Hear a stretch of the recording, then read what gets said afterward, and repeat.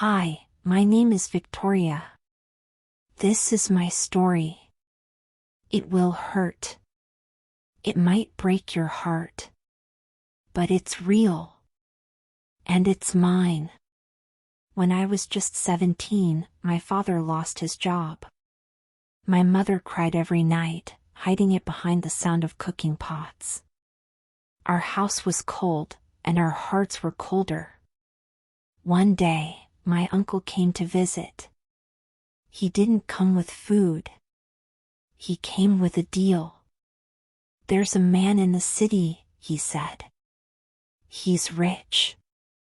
He wants a young bride." My mother's hands trembled. My father looked at the floor. "Victoria," they said, "this is your chance." I was 17. I didn't even know how to braid my hair right. But they dressed me in a red dress and told me to smile. I said, "I want to go to school. I want to be a nurse." My father slapped the table. "Dreams don't feed the family," he said. The next week, I was married to a man named Richard. He was 38. He never looked at me like a wife. Just a body. A prize he bought. On the first night, I locked the door and cried on the floor. But the door didn't stop him. Nothing ever did. I whispered to myself, "Just survive. One day at a time." But days became years. And things got worse. He didn't just hurt me with his hands. He hurt me with his silence. With his words. "You are ugly. You are useless. You are mine." One day, I found out I was pregnant. I smiled, for the first time in years.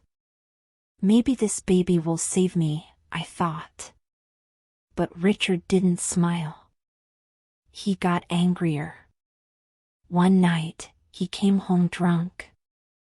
I was 6 months pregnant. He threw a glass at the wall. It shattered, like my hope. "I told you not to keep it," he growled. I ran to the bathroom, locked the door, and held my belly. "Please," I whispered. "Please stay alive." But the next morning, there was blood. So much blood. At the hospital, the doctor said, "I'm sorry. You lost your baby." Something inside me broke. Not just sadness. Rage. When I returned home, I was silent. Richard looked at me like trash. "You can't even be a mother," he spat. "What good are you?" I didn't answer. I didn't cry. I just stared. That night, I made a plan. I started saving coins. Hiding them in the cracks of the kitchen wall. I spoke to a woman at the clinic. Her name was Sarah. She gave me a number. A place. A shelter. It took me 3 more months.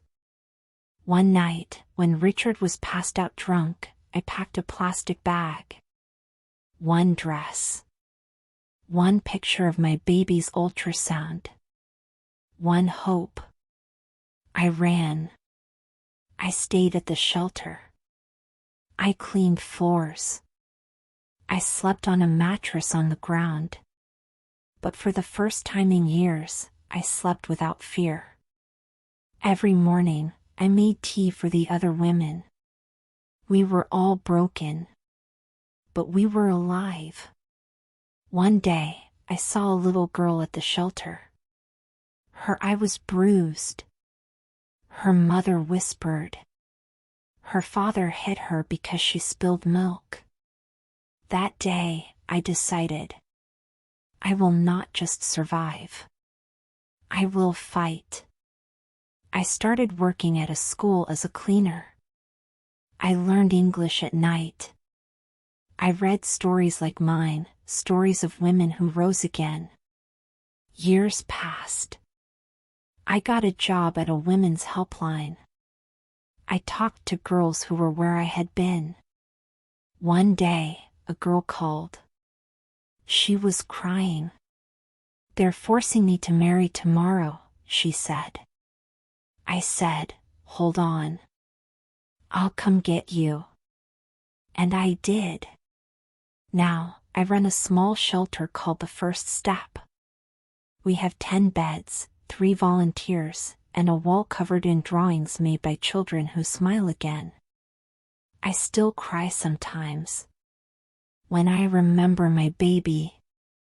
When I see girls too young to understand pain, carrying it like chains. But I also smile. Because I am not that girl in a red dress anymore. I am Victoria. I was sold. I was beaten. I was silenced. But I didn't die. I survived. I rose. And now, I fight for those still in the fire. If you liked this story, don't forget to like and subscribe for more stories like this.